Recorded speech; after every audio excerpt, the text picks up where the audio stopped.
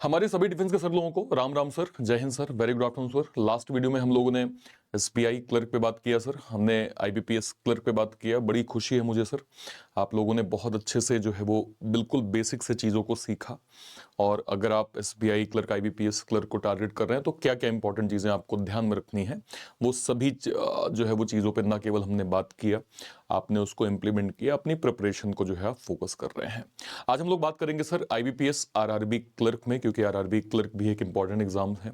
और इसमें भी सर अगर मैं देखूं एक सर्विसमैन कैटेगरी के कई तरह के जो है वो इंपॉर्टेंट पॉइंटर्स हैं जो आपको देखने चाहिए, चाहे मैं स्ट्रेटेजी की बात करूं, वैकेंसी की बात करूं, कट ऑफ के नंबर की बात करूं, सब्जेक्टिव स्ट्रेटेजी जो है वो क्या हो सकती है, किस तरह से आपको अपनी एक्यूरेसी मेंटेन करनी है, नेगेटिव मार्किंग्स के क्या क्या जो है वो इम्पैक्ट होता है, सभी पे हम लोग डिटेल बात करेंगे।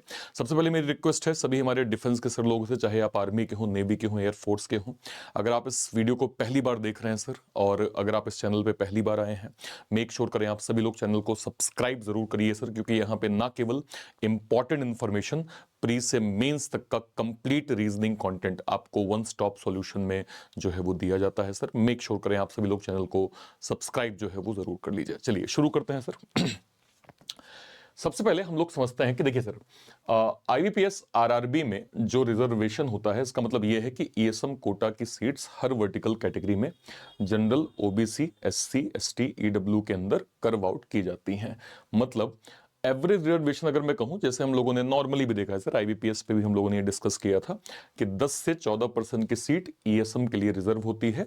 स्टेट और बैंक वाइज जो है वो चीजें वेरी करती हैं, ठीक है सर।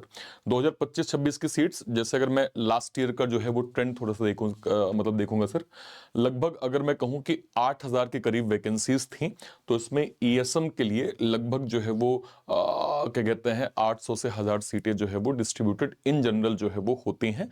इससे कम भी हो सकती हैं सर, वो डिपेंड करता है कि स्टेट वाइज वैकेंसी कितनी वेरी करती है, कितनी आवश्यकता है, अकॉर्डिंगली ये नंबर कम भी हो सकते हैं सर, ये नंबर ज्यादा भी हो सकते हैं, ठीक है सर। ओके, बैकलॉग वैकेंसी, अगर किसी साल ईएसएम सीट्स खाली रह जाती हैं तो वो नेक्स्ट ईयर कैरी फॉरवर्ड होती हैं, जिससे ईएसएम मतलब कैंडिडेट्स के लिए सिलेक्शन चांसेस बढ़ जाते हैं। लास्ट वीडियो में हम लोगों ने देखा था सर कि आईबीपीएस क्लर्क में जब आप सेक्शनल जो है वो मिस कर देते हैं तो जाहिर सी बात है आपका ओवरऑल सिलेक्शन रुक जाता है, तो उसमें बहुत सारी सीट जो है वो भर नहीं पाती हैं। तो उसके लिए हम सर नेक्स्ट ईयर जो नॉर्मल वैकेंसी होती हैं उसके साथ बैकलॉग की भी वैकेंसी ऐड होके आपको देखने को मिलती है, ठीक है सर। ओके, नेक्स्ट पे आ जाइए। अब जैसे सर ये वैकेंसी है, जैसे अगर मैं 2025 की सर वैकेंसीज का डेटा देखूंगा सर, तो ये आप देख सकते हैं कि आपका जो भी स्टेट है सर, पहली वैकेंसी ईएसएम कैटेगरी के लिए है सर, सेकंड वैकेंसी डीईएसएम कैटेगरी के लिए है। तो आप देख सकते हैं कि जैसे अगर मैं लास्ट ईयर का ट्रेंड देखूं सर, राजस्थान के अंदर सबसे ज्यादा वैकेंसी मुझे 172 ईएसएम में मिली और 78 डीईएसएम में मिली सर। इसके अलावा अगर मैं देखूं तमिलनाडु की सर 46 वैकेंसी ईएसएम की थी, 21 डीईएसएम की थी सर। तेलंगाना की 45 वैकेंसी ईएसएम की, डीएसएम की 20 वैकेंसी सर। इसके बाद अगर मैं उत्तर प्रदेश देखूं तो 100 वैकेंसी ईएसएम, डीएसएम 45, जो भी आपके स्टेट है सर, ये आप अर्लियर ट्रेंड का डेटा जो है वो देख सकते हैं, ठीक है सर। ओके, आगे बढ़ते हैं। अब जब हम एक बेसिक रिक्वायरमेंट की बात करते हैं तो जो हम लोगों ने अर्लियर भी देखा है सर, जैसे आईबीपीएस क्लर्क में, एसबीआई क्लर्क में, पहली चीज तो ये है कि आपका जो भी एक सर्विस है उसका 3 साल का टेन्योर एडिशनल और up to the age of 50 साल आपको यहां पे बोला जाता है। ग्रेजुएशन आपके लिए मैंडेटरी है सर, ठीक है। और जो है वो इसके अलावा 15 ईयर सर्विस प्लस आर्मी का जो है वो सर्टिफिकेशन, अगर ग्रेजुएशन सर्टिफिकेशन है तो वो भी सर सम एक्सटेंट जो है वो अप्लाई हो जाता है। लास्ट वाले सेक्शन को हम रहने देते हैं अभी, ठीक है। नेक्स्ट पे आते हैं। जैसे मैंने आपसे कहा कि 50 साल की जो है वो एज लिमिट आपकी जो है वो दी जाती है। अगर आपने सर ग्रेजुएशन नहीं किया है लेकिन 15 साल की सर्विस के साथ army special certification of education है, तो आप ग्रेजुएशन लेवल पोस्ट के लिए क्वालिफाई माने जाएंगे सर। ये बेसिक रिक्वायरमेंट कि एटलीस्ट आपकी 15 साल की सर्विस सर, और उसके बाद जो आपका आर्मी ग्रेजुएशन सर्टिफिकेशन अगर आपको मिलता है सर, तो सम एक्सटेंट आप जो है वो एलिजिबल हो जाते हैं, ठीक है सर। ओके, नेक्स्ट पे आते हैं सर। अब बात कर लेते हैं पेपर की। ये आपका पेपर है सर जिसमें मैथ और रीजनिंग आपको मिलता है। 40 क्वेश्चन, 40 मार्क्स आपके होते हैं सर। रीजनिंग में 25 मिनट्स, क्वांट में आपको 20 मिनट्स मिलता है सर। इसके बाद अगर हम मेंस पे जाते हैं सर, तो ये मेंस का आपका पेपर हो गया जिसमें reasoning ability 40 question 50 marks 30 minute का टाइम। इसके बाद sir computer knowledge 40 question 20 marks 15 minute का टाइम। जीए सर 40 क्वेश्चन 40 मार्क्स 15 मिनट का टाइम। हिंदी और इंग्लिश में से आप चूज कर सकते हैं सर। यहाँ पे एक बेस्ट पार्ट ये है, आईबीपीएस आरआरबी को हमारे एक सर्विसमैन कैटेगरी कैटेगरी में इसलिए भी ज़्यादा वरीयता दी जाती है। एक तो इंग्लिश नहीं होती सर, तो इंग्लिश एक बड़ा एज होता है। बहुत सारे हमारे एक्स सर्विसमैन सर लोग इंग्लिश से बचने की कोशिश करते हैं, तो उनके लिए IBPS RRB एक मैं कहूँ बड़ी अपॉर्चुनिटी होती है, क्योंकि एक तो प्री में इंग्लिश होता नहीं है और मेंस में भी सर ऑप्शनल होता है। मतलब आप चाहें तो इंग्लिश की जगह हिंदी का व्याकरण चूज कर सकते हैं, रादर देन कि आप इंग्लिश ग्रामर का जो है वो पेपर दें। ठीक है सर। इसके बाद क्वांट का आपका 40 क्वेश्चन 50 मार्क्स, टोटल 200 क्वेश्चन होते हैं, 200 मार्क्स होते हैं, 2 घंटे का समय आपको मिलता है। आपसे थोड़ा सा ट्रेंड पे बात करते हैं जो आपको जानना जरूरी है। देखिए सर, इसमें क्या दिया हुआ है, मैं यहाँ पे मेंस के नंबर को देख रहा हूं sir. Mains exam generally 200 marks का होता है, लेकिन फाइनल कट ऑफ हमेशा 100 के आधार पे बनती है। मान लीजिए अगर आपका स्कोर लेट सपोज मैं कहूं कि 100 में से 52 आया, तो उसको आप इंटू 2 कर दीजिए, तो आप ओवरऑल 200 के हिसाब से चेक कर पाएंगे। ठीक है, तो इन जनरल ये जो काउंटिंग होती है वो 100 के आधार पे होती है। अब मैं एक एवरेज नंबर लेके चलता हूं सर, कि मान लीजिए हरियाणा का जहां पे अगर मैं जनरल कट ऑफ देखूं 62 गया, ठीक है सर, DSM का 40 गया और ESM का सर यहाँ पे 40 चला गया, मतलब 54 चला गया। आप डिफरेंसेस देखिएगा, जैसे मैं 67 बिहार का देख रहा हूं सर, तो ESM का 52 और DSM का 37। मैं 74 सर उत्तर प्रदेश का देख रहा हूं सर, तो 45 ESM और DSM का सर 41। मैं पंजाब का देख रहा हूं सर 64, 48 ESM, 39 DSM। तो इससे क्या हुआ, ESM कैटेगरी में सिलेक्शन के लिए आपको जनरल कैटेगरी से लगभग 20% तक का स्कोर जो है वो मार्जिन मिलता है। कुछ एक स्टेट्स में सर, है ना, जहां पे अगर मैं कहूं साउथ के कुछ एक स्टेट्स हो गए जहां पे ये गैप सर 30 से 40% तक चला जाता है। तो एक तो आपको ये मालूम ही है सर कि जनरल कट ऑफ से एक डिफरेंसेस हम ESM के अंदर अच्छा खासा देखते हैं सर, और ये ना केवल प्री में आपको मिलता है, इसका बेनिफिट आपको मेंस में भी सम एक्सटेंट जो है वो देखने को मिलता है। ठीक है सर, ओके, नेक्स्ट पे आ जाइए। अब थोड़ा सा और स्टैट्स देखते हैं सर। RRB क्लर्क में एक्स सर्विसमैन कैटेगरी के लिए सिलेक्शन प्रोसेस और स्टैट्स काफी यूनिक होते हैं। ये डिटेल डेटा आप समझिएगा। ESM cut off general category के मुकाबले काफी लो होते हैं। नीचे लास्ट ईयर के ट्रेंड का एक एस्टिमेट जो है वो रेंज दिया गया है, थोड़ा समझिएगा सर। देखिए, हमेशा मैं ये चीज कहता हूं कि दो तीन चार स्टेट ऐसे हैं जो एक्सेप्शन होते हैं सभी एग्जाम्स में, ये आपको लेके चलना पड़ेगा। सबसे ऊपर सर हरियाणा आता है, ये आपको बिल्कुल दिमाग में जो है वो रख के चलना है कि अगर मान लीजिए मैं कहता हूं कि एक सर्विसमैन की cut off let suppose IBPS clerk के अंदर अप टू 60 जाती है, तो वो हरियाणा के लिए थोड़ा एक्सेप्शन हो जाएगा। वहां की रेंज जो है वो हो सकता है आपको 63 से 67 या 68 के बीच में जो है वो चला जाए, क्योंकि कंपटीशन अच्छा खासा होता है। फिर यूके हो गया सर, उत्तराखंड हो गया, हिमाचल हो गया sir, some extent sir some time Kerala हो गया। तो कुछ एक ऐसे स्टेट होते हैं जिनका कट ऑफ का number as compare to other state थोड़ा ज्यादा देखने को मिलता है। जैसे अगर मैं यहां पे देखूं सर, हाईली कॉम्पिटिटिव कौन कौन से जोन हो गए, यूपी राजस्थान हरियाणा, जिसमें सर चलो यूपी राजस्थान को फिर भी मैं 50-60 की रेंज में कहूंगा, हरियाणा को थोड़ा सा मैं एक्स्ट्रा खींच सकता हूं sir as per earlier trend. फिर मीडियम कंपटीशन में सर MP बिहार गुजरात, जिसका रेंज सर लगभग 42 से 52 के बीच में। और सर लो कंपटीशन जो है वो स्टेट्स में साउथ के जो है वो कुछ एक स्टेट्स हो गए जिनका कट ऑफ का नंबर सर लगभग 32 से 42-43 के बीच में यहां पे जाता है। फाइनल सिलेक्शन के लिए ESM कैटेगरी में मेंस के लिए टिपिकली 65 से जो है वो 85 मार्क्स से एक स्कोर सेफ माना जाता है। इस पे हम लोग डिटेल बात करेंगे सर कि जो है वो उसकी स्ट्रेटेजी क्या है, स्टेट वाइज कितना स्कोर जो है वो जाता है, और हम इस ईयर अगर टारगेट कर रहे हैं तो क्या एक नंबर हमें एक्सपेक्टेड लेके चलना होगा आपके स्टेट के अकॉर्डिंग, ताकि आप जो है वो डिसेंट मार्क्स यहां पे गेन कर पाए। ठीक है सर, ओके, नेक्स्ट पे आ जाइए सर। RRB क्लर्क में कोई इंटरव्यू नहीं होता है, सिलेक्शन सिर्फ मेंस के मार्क्स के आधार पे होता है। ये मैंडेटरी है लैंग्वेज प्रोफिशिएंसी टेस्ट, ये मैं आपको बार बार कहता हूं। अभी हालिया IBPS क्लर्क का रिजल्ट आया था, उसमें सर हमने एक शीट देखी थी जिसमें अधिकांशतः बच्चों के उसमें मेंशन था कि उन्होंने चलो प्री क्वालिफाई कर लिया, मेंस क्वालिफाई कर लिया, लेकिन LPT के कारण वो बाहर हो गए। तो LPT को सर हल्के में बिल्कुल मत लीजिएगा सर, केवल वैकेंसी देख के कि यार चलो यार मुझे ना मैं हैदराबाद से भर देता हूं, चलो तेलुगु नहीं आती, थोड़ा बहुत मैं सीखने की कोशिश कर लूंगा। सर कोशिश करना और आने में अंतर होता है। अगर आपको ये लगता है कि आप हल्का ट्राई करके पहुंच जाएंगे सर, तो इस बार हमें डेटा भी मिल चुका है कि लोगों ने प्री मेंस में मेहनत करने के बाद LPT में वो बाहर हुए हैं। तो ऐसी गलती आप नहीं करेंगे सर। ठीक है, पढ़ते हैं थोड़ा सा। अगर आपने उस स्टेट से लोकल लैंग्वेज आनी चाहिए जहां से आप अप्लाई कर रहे हैं, मतलब मान लीजिए मैं मध्य प्रदेश से सर फॉर्म भर रहा हूं, ठीक है, अब मान लीजिए सर 8वीं 10वीं 12वीं में जो मेरी डिग्री है अगर उसमें हिंदी एक सब्जेक्ट है, तो मेरा फिर LPT नहीं होगा सर, क्योंकि मैं ये दिखा रहा हूं कि मैंने हिंदी तो पढ़ी हुई है ना, मैं पास किया हूं, मैंने नंबर उसमें गेन किए हैं, तो इसका मतलब यह है कि मुझे आती होगी।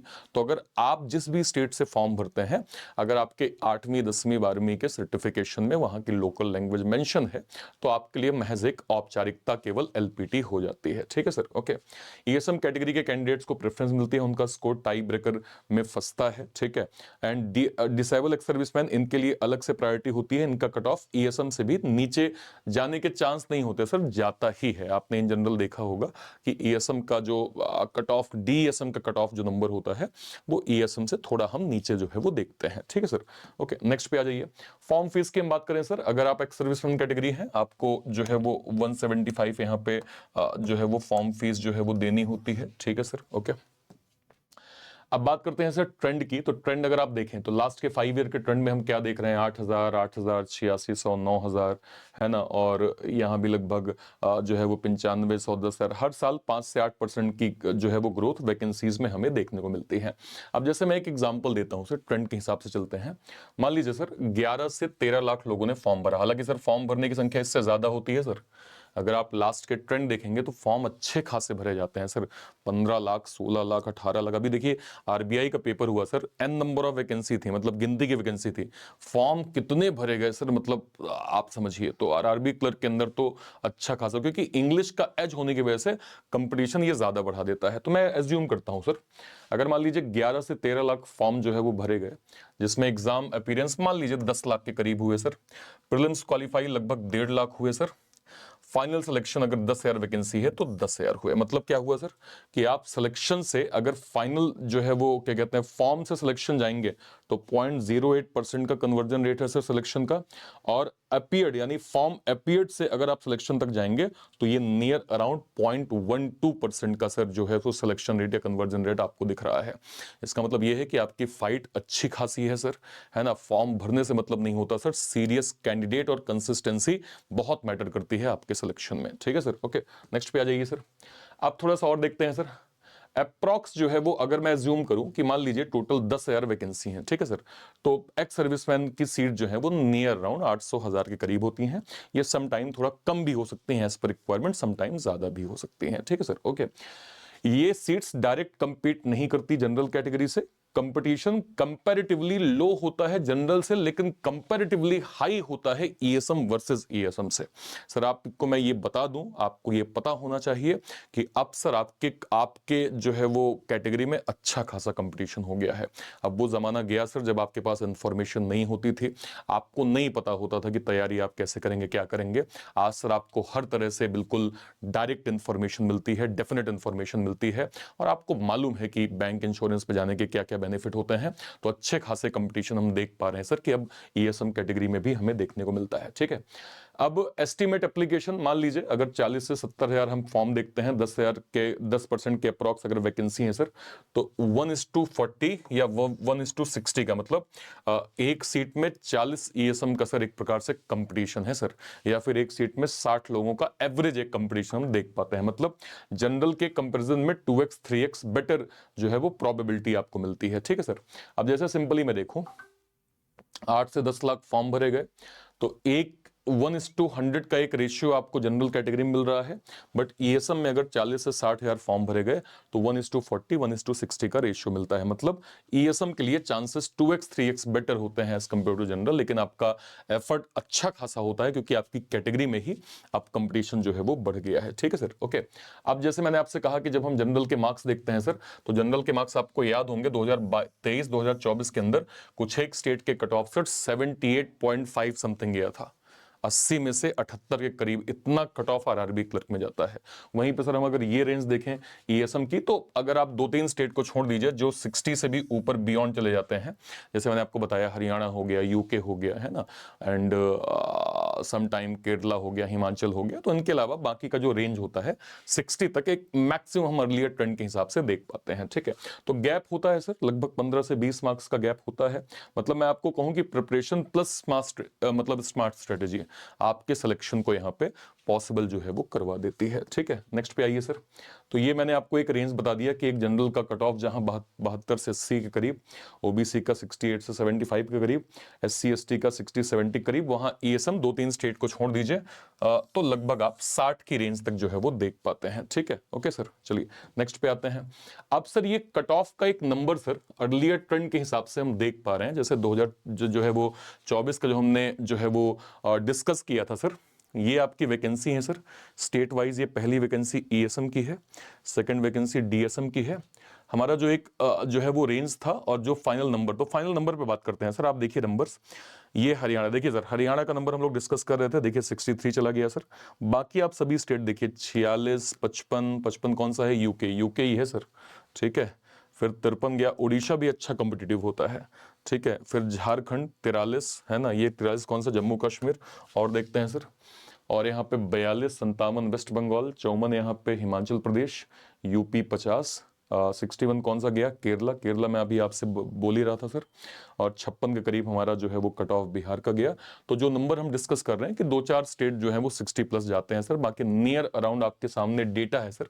जो फाइनल कट ऑफ 2024 का हमने देखा, लगभग 60 के नीचे का नंबर सर स्टेट वाइज हमें देखने को मिलता है। ठीक है सर, और डीएसएम का नंबर तो सर उससे भी कम हो जाता है। ठीक है सर, ओके।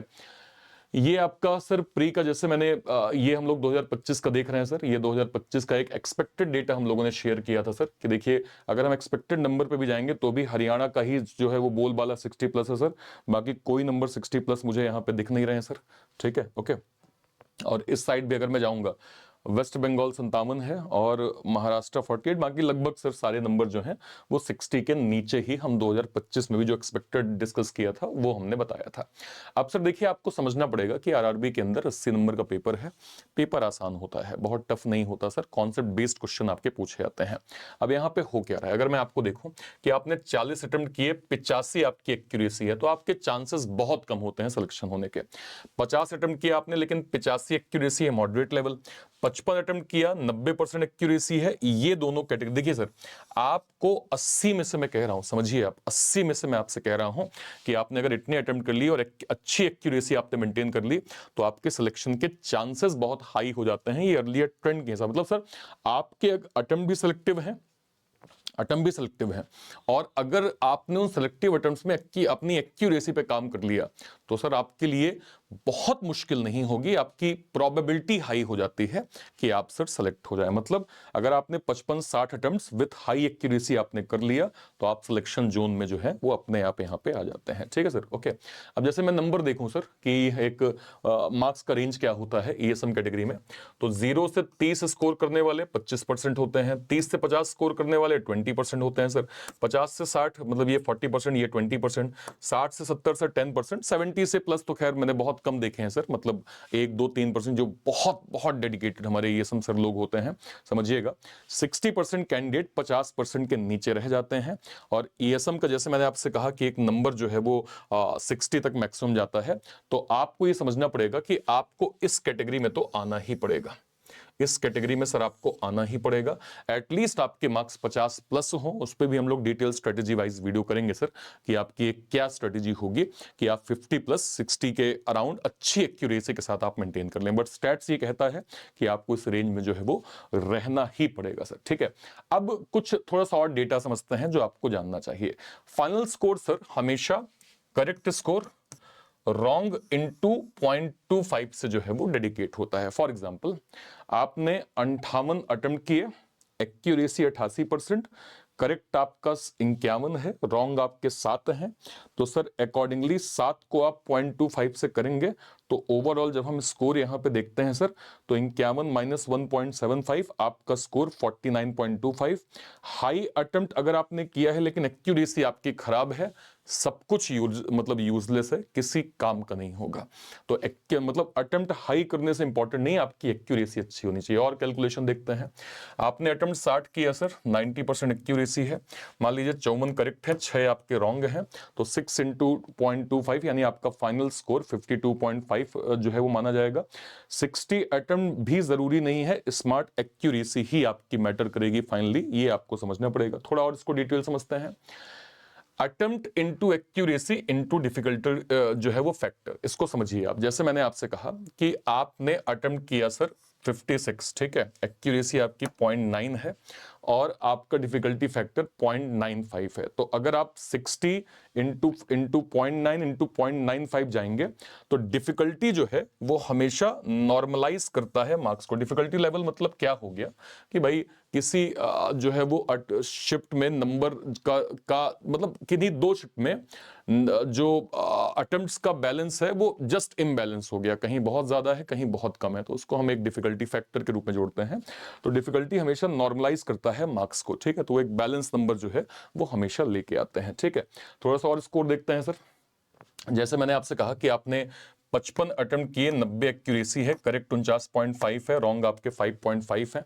तो इसको अगर आप डेटा बेस पे देखेंगे तो एक्यूरेसी आपको यहां पे अगेन देखना है कि अटेम्प्ट्स तो ठीक है, एक्यूरेसी ही बार बार आपकी गड़बड़ा रही है। यही डेटा मैं आपको बार बार यहां पे दिखाने की कोशिश कर रहा हूं। मतलब ये है सर, आपको ये समझना पड़ेगा कि 95 प्लस अगर आपने एक्यूरेसी मेंटेन कर ली, मतलब सेलेक्टिव अटेम्प्ट्स के साथ 95 प्लस एक्यूरेसी, तो आप बहुत अच्छे जोन में खेलेंगे। 90 प्लस एक्यूरेसी भी ठीक होती है, 80% तक की एक्यूरेसी मतलब मैं बहुत खराब नहीं कहूंगा, हालांकि ये एक बॉर्डर लाइन होती है, बट 70% एक्यूरेसी बहुत खराब है, ठीक है। मतलब अगर आपका एक्यूरेसी ड्रॉप है सर तो इसका डायरेक्ट आपके कट ऑफ पे जो है वो इंपैक्ट पड़ता है, इस चीज को ध्यान रखिएगा, ठीक है सर। ओके, नेक्स्ट पे आ जाइए। अब हम यहाँ पे जो है वो थोड़ा सा और नंबर देखें कि अगर आपने 55 अटेम्प्ट किए हैं सर, एक्यूरेसी 90% है, तो आप की जो है वो प्रोबेबिलिटी क्या हो जाएगी, मैं एक प्रकार से कहूं कि हाँ भाई, एक नंबर्स के साथ अगर आपने एक्यूरेसी मेंटेन कर ली है तो चांस ऑफ प्रोबेबिलिटी आपकी हाई हो जाती है। तो मैं फिर बार बार जोर दूंगा, जो मैंने आईबीपीएस क्लर्क में भी कहा, एसबीआई में कहा, कि अटेम्प्ट करने से कुछ नहीं होता सर। आप 65 अटेम्प्ट कर लीजिए, एक्यूरेसी 50% है, आप खुद देखिए आपका डेटा कहां पे जाएगा, ठीक है सर। ओके, नेक्स्ट पे आ जाइए।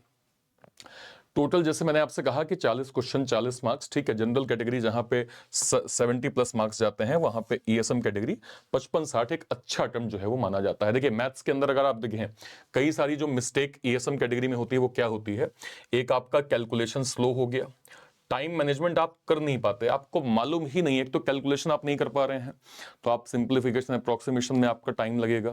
डीआई में भी जाएंगे तो कैलकुलेशन तो एट द एंड वहां भी होगी सर, बट आपकी कैलकुलेशन वीक है, तो टाइम मैनेज आप कर नहीं पा रहे हैं। इसके बाद सिंप्लीफिकेशन प्लस अप्रोक्सीमेशन के आप देखते हैं कि एटलीस्ट 15 क्वेश्चन तो आपको आरआरबी क्लर्क के अंदर देखने को मिलते हैं। 20 नंबर तो फिर भी मैंने एवरेज लिए, बट मिनिमम 12 से 15 तो हमें देखने को मिलते हैं। अर्थमेटिक के लगभग 8 से 10 नंबर होते हैं, डीआई 5 से 7 होती है।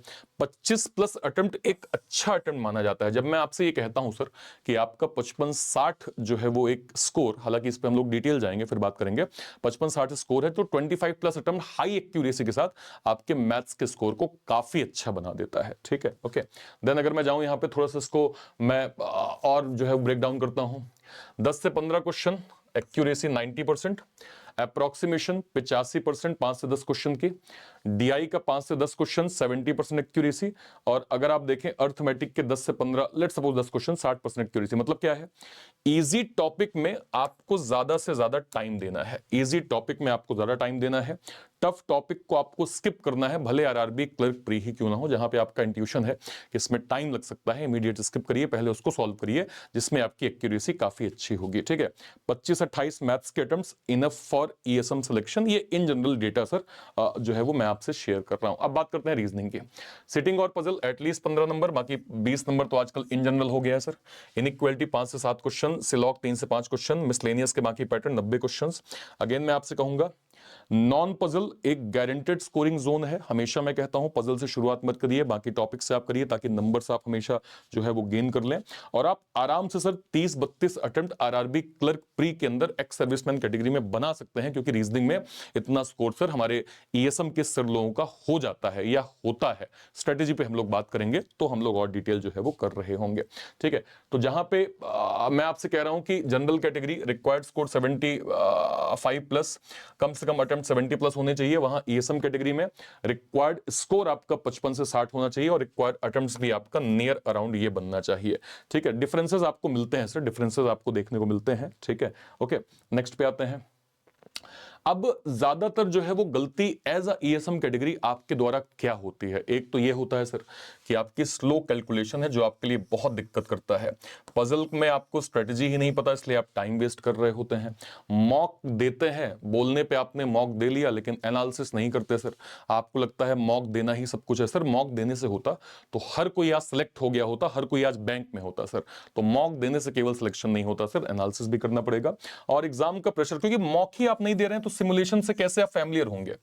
आप जब तक लगातार 20-25 मॉक बेसिक करने के बाद आप दे रहे हैं तो आप लगभग एग्जाम के उस प्रेशर से जो है वो टेम्परामेंट से आप फैमिलियर होना स्टार्ट हो जाएंगे। अभी आप घर पे अलग मॉक दे रहे हैं, एग्जाम में आपको एक अलग प्रेशर बिल्ड होगा। इसको मेंटेन करने के लिए आपको घर पे जो है वो मैक्सिमम मॉक्स जो है वो देना ही पड़ेगा, ठीक है। क्वेश्चन को आप मिसरीड कर देते हैं, गेसिंग करने में ज्यादा टाइम लगाते हैं, ये सब नहीं करना है सर। ये गलतियां ईएसएम कैटेगरी में हम ज्यादा जो है वो देख पाते हैं, ठीक है। एक्यूरेसी अगेन मैं कहूं 80 के परसेंट, मतलब 80 के ऊपर सर एक अच्छा जोन माना जाएगा, जिसमें 80 मैंने समहाउ ठीक है, बट अगर आप 85 और 90 के आसपास जाते हैं तो आप सेफ भी हैं और आप सिलेक्शन जोन में भी यहां पे जो है वो प्रॉपर वेरी करेंगे, ठीक है सर। जैसे मैंने कहा कि एक्यूरेसी लेस देन 80-85 या गेसिंग आपका 10 क्वेश्चन ज्यादा हो गए, ठीक है, तो ध्यान रखिएगा 3 से 4 मार्क्स भी आपकी रैंक को अच्छा खासा ड्रॉप करवा देगा। ये बातें आपको नहीं समझ में आती होंगी सर, क्योंकि इतना डेप्थ हमने आज तक जो है वो कभी समझा नहीं, या हमें किसी ने बताने की कोशिश नहीं करी, या कहीं हमें ऐसा कुछ डेटा मिला नहीं। पर आपको ये समझना पड़ेगा कि माइनर माइनर जो मार्क्स आप जो है लूज करते हैं, इसकी आपकी रैंक बहुत ज्यादा गिर जाती है, ठीक है। ओके, नेक्स्ट पे आ जाइए sir. Reasoning 30+, maths 25+, plus accuracy 90%। बहुत आराम से एक प्रकार से मैं कहूं कि हायर चांसेस है, मतलब इसमें एक्यूरेसी ज्यादा हो जाती है कि इस नंबर के आधार पे आपके जो है वो प्री के मार्क्स ठीक ठीक जाएंगे, जो सिलेक्शन जोन के लिए अच्छे हैं। फाइनल स्कोर हमेशा attempt into accuracy minus negative जो है वो पेनाल्टी पे बेस्ड होती है, मतलब 55% इंटू 0.9 और माइनस पेनाल्टी, तो 50+ मार्क्स अगर आप एक अच्छी एक्यूरेसी के साथ हैं तो चांसेस हायर हैं कि आप जो है वो सिलेक्टिव जोन में हो जाएंगे, क्योंकि अभी हमने कट ऑफ का डेटा यहां पे देखा था, ठीक है। ईएसएम कैटेगरी पहले 10 मिनट में, देखिए आपको समझना पड़ेगा, फर्स्ट 10 मिनट में इजियर पैटर्न के मैक्सिमम क्वेश्चन, जिसमें आपकी कैलकुलेशन स्पीड, जाहिर सी बात है कैलकुलेशन में आप फास्ट होंगे तभी आप इन स्कोर को कर पाएंगे, तो आपको कैलकुलेशन जो है वो बेहतर करना पड़ेगा। मैथ्स में स्किप स्ट्रेटजी आपको यूज करनी पड़ेगी, ठीक है। अटेम्प्ट्स आपको इंक्रीज करने पड़ेंगे, गेसिंग ऑलमोस्ट 0 करना पड़ेगा। तो हार्ड वर्क से ज्यादा जरूरी है सर कि आपको पता होना चाहिए कि आपको पेपर मिलते ही क्या करना है क्या नहीं करना है, रेदर देन कुछ भी करना है। क्या करना है क्या नहीं करना है इज मोर इंपॉर्टेंट देन कुछ भी करना है, वो आपके लिए ज्यादा यहां पे काम आएगा सर, ठीक है। ओके, ईएसएम कैटेगरी में सिलेक्शन डिफिकल्ट नहीं होता, डेटा क्लियरली बोलता है कि जो कैंडिडेट 50-60 के बीच में स्टेबल हैं वही सिलेक्ट हो जाते हैं। यहां टॉपर बनना जरूरी नहीं है, 55+ लाना जरूरी है, वही 90% लोग नहीं ला पाते। आप भी इसको सर समहाउ एग्री करेंगे, ठीक है सर। ओके, अब हम जब बात करते हैं सर सिलेबस की, तो सिलेबस आपके सामने ये रहा सर। ये कंप्लीट क्वांट का हो गया, स्पीड मैथ्स हो गया, डीआई हो गया, अर्थमेटिक हो गया, ठीक है। इसके अलावा इसका लेवल अप कंटेंट आपको मेंस में स्पीड मैथ्स, डीआई का पार्ट, अर्थमेटिक, ये सारे टॉपिक्स आपको मिल जाएंगे सर। ये क्वांट के अंदर हो गया सर। रीजनिंग की हम बात करेंगे सर, तो सिटिंग पजल सबसे पहले, ठीक है। इसके बाद आपके miscellaneous topic, alpha numeric series, blood relation, direction, distance, order, ranking, coding, decoding, syllogism, inequality, alphabetical series, इन सभी टॉपिक्स को आपको कवर करना है। और इसका हायर जोन पैटर्न आपको मेंस में मिल जाता है। खैर मेंस पे बाद में बात करेंगे, पहले आपके ये प्री के जो है वो मेन सिलेबस आपके लिए इंपॉर्टेंट है। अब कई हमारे सर लोगों का ये सवाल होता है कि सर बताइए हमें सेल्फ स्टडी करनी चाहिए कि गाइडेंस के साथ। देखिए ये मैं आप पे छोड़ता हूं सर, लेकिन मैं आपको थोड़ी क्लैरिटी दे देता हूं कि एट द एंड आपके लिए क्या बेहतर होगा क्या बेहतर नहीं होगा। देखिए जब आप स्वयं से करते हैं ना सर, देखिए एक तो आप ईएसएम कैटेगरी में है सर, आप अभी 15 साल बाद, 17 साल बाद, 20 साल बाद, 24 साल बाद सर्विस आप छोड़ रहे हैं। आप अभी आर्मी, नेवी, एयरफोर्स को मतलब एयरफोर्स के बाद आप क्या कहते हैं, आप सेकेंड इनिंग में जाएंगे। तो पहली चीज आपको ये पता नहीं होता, आपको ये तो पता है कि चलो यार मुझे बैंक के अंदर ये मिलता है, ये बेनिफिट होते हैं, बट आपको पता नहीं सर क्या कवर करना है क्या नहीं कवर करना है। डिफरेंट प्लेटफॉर्म्स आपको पता ही नहीं होते, रिसोर्सेज आपको सही नहीं मिलते, topic wise notes, practice questions, कुछ भी आपको बहुत क्लियर नहीं पता होता कि सही मेरे लिए क्या है एज एक्स सर्विसमैन। और जब आपको लैक ऑफ गाइडेंस और मेंटरशिप प्रॉपर नहीं मिल पाती सर, तो इससे आपके सिलेक्शन के चांसेस की जो एक्यूरेसी है वो उतनी हायर नहीं हो पाती। लेकिन जब आप गाइडेंस के साथ स्टडी करते हैं, जिसमें syllabus coverage, structure, study plan होता है, कंसिस्टेंसी के साथ आपको लाइव और रिकॉर्डेड क्लासेस क्लासेस आपको मिल रही हैं, आपको प्रैक्टिस और रिवीजन मिल जाता है, study notes, quizzes, test series आपको मिल जाती है, इसके अलावा गाइडेंस और मेंटरशिप आपको मिल जाती है जो आपके सिलेक्शन की एक्यूरेसी को अच्छा खासा बढ़ा देता है सर। ठीक है, इसको ध्यान में रखते हुए सर हमने लेटेस्ट में हालिया सर लॉन्च किया है हमारा निर्माण फाउंडेशन बैच सर। निर्माण फाउंडेशन बैच सभी क्लरिकल लेवल एग्जाम को टारगेट कर रहे हैं और इसी को ध्यान में रखते हुए सर हमने लॉन्च किया है पलटन ex serviceman clerk foundation batch. इसमें सर हमने सभी बड़े एग्जाम चाहे SBI clerk, IBPS clerk, RRB clerk, LIC assistant, RBI assistant, सभी क्लरिकल लेवल एग्जाम का वन स्टॉप सोल्यूशन सर आपका पलटन ex serviceman clerk foundation batch होगा सर। इसके अंदर हम बिल्कुल स्क्रैच से जो है वो एक्स सर्विसमैन कैटेगरी को हम कंटेंट दे रहे हैं और एक्स सर्विसमैन स्पेशल कंटेंट दे रहे हैं सर। मुझे बताते हुए बहुत खुशी है सर कि इस साल जो आईबीपीएस क्लर्क में, आरआरबी क्लर्क में जो रिजल्ट आए हैं, बम्पर सिलेक्शन सर हमने एक्स सर्विसमैन कैटेगरी में देखे हैं। ये हमारे सर लोग हैं सर जो आज अलग अलग बैंक में जो है वो प्रॉपर पोस्टेड हैं और इसमें कई ऐसे भी सर लोग हैं सर जिनका फाइनल सिलेक्शन हो गया है और अभी उनकी सर्विस जो है वो बची हुई है। मतलब उन्होंने शायद सर्विस के टाइम पे ही थोड़ा थोड़ा टाइम देना स्टार्ट कर दिया था, थोड़ा थोड़ा पढ़ना स्टार्ट कर दिया था। तो पॉइंट ये है सर कि एफर्ट आपको करने पड़ेंगे सर, है ना। हम अपनी तरफ से प्रतिबद्ध हैं सर। हमें बड़ी खुशी है सर कि ईएसएम कैटेगरी में न केवल हम गाइडेंस मेंटरशिप जो है वो प्रोवाइड करते हैं, हम बैचेस भी प्लान करते हैं और most relevant content as a ESM category को प्रोवाइड करते हैं सर। और आप अगर एक सीरियस कैंडिडेट हैं, फोकस्ड कैंडिडेट हैं, तो आपको इनका जो है वो कंटेंट से बहुत हेल्प मिलती है। हमने सर एक्स सर्विसमैन कैटेगरी में अभी हालिया सर हमारा आरबीआई असिस्टेंट का भी एक्स सर्विसमैन मेंस बैच चल रहा है। तो हम एक्स सर्विसमैन कैटेगरी के लिए डेडिकेटेड जो है वो जब जब जो भी नोटिफिकेशंस आते हैं उसके बैचेस जो है वो प्लान करते रहते हैं। तो इंस्टेड ऑफ दिस कि आप अलग अलग बैचेस को प्लान करें सर, हम आपको रिकमेंड करते हैं सर कि आपको हमारे एक्स सर्विसमैन सुपर पैक या सुपर नायक पैक के साथ जाना चाहिए सर। ये क्या है सर? ये डेडिकेटेड एक्स सर्विसमैन पैक है। इसके अंदर अभी तक के जितने एक्स सर्विसमैन बैचेस बन चुके हैं वो मिल जाएंगे, करंट में जो ऑनगोइंग बैचेस चल रहे हैं एक्स सर्विसमैन के वो आपको मिल जाएंगे और आने वाले टाइम पे भी जो भी एक्स सर्विसमैन के बैचेस बनेंगे वो भी आपको सर सुपर नायक पैक के अंदर प्रॉपर जो है वो मिल जाएगा। इसको आप कहां से अवेल कर सकते हैं सर? या तो इसी वीडियो के डिस्क्रिप्शन बॉक्स में जाइए, इसी वीडियो के, या फिर कोई वीडियो, लेट्स सपोज मान लीजिए मैंने यहाँ पे क्लिक किया सर, मैं इस चैनल पे हूँ रीजनिंग बाय अर्पित सर। मान लीजिए जैसे मैं इसके वीडियो सेक्शन में जाता हूँ सर, ठीक है, तो वीडियो सेक्शन में सर ये जैसे आईबीपीएस आरआरबी मतलब आईबीपीएस क्लर्क में मैंने वीडियो किया था, जैसे मैं इस पे क्लिक करूंगा सर, क्लिक करते ही जैसे मैं डिस्क्रिप्शन बॉक्स में जाऊंगा सर, तो डिस्क्रिप्शन बॉक्स में आप देखिए सेकंड यहाँ पे bank exam preparation ex serviceman super pack, जैसे मैं इस पे गया सर, ये आपको dedicated ex serviceman super pack या सुपर नायक मिल जाएगा सर। इसको अवेल करते समय कहीं भी कोड की आवश्यकता पड़ती है, आप सर मेरा नाम बस कोड सेक्शन में ARPIT यूज कर लीजिएगा, आपको maximum discount sir, maximum additional discount आपको एक्स सर्विसमैन सुपर पैक या सुपर नायक के अंदर प्रॉपर जो है वो मिल जाएगा। ठीक है सर, इसी वीडियो के डिस्क्रिप्शन बॉक्स में या किसी वीडियो के डिस्क्रिप्शन बॉक्स में आपको मिल जाएगा, बस आप मेरा जो है वो नाम ARPIT कोड सेक्शन में डाल दीजिएगा, एडिशनल डिस्काउंट भी अच्छा खासा मिल जाएगा। उम्मीद करते हैं सर आपको चीजें बहुत अच्छे से क्लियर हो गई होंगी, और कोई डाउट होता है इस वीडियो के कमेंट सेक्शन में अपनी बात आप जरूर रखिएगा। टिल देन, तब तक के लिए thank you so much, thank you so much, जय हिंद, thank you, thank you, thank you.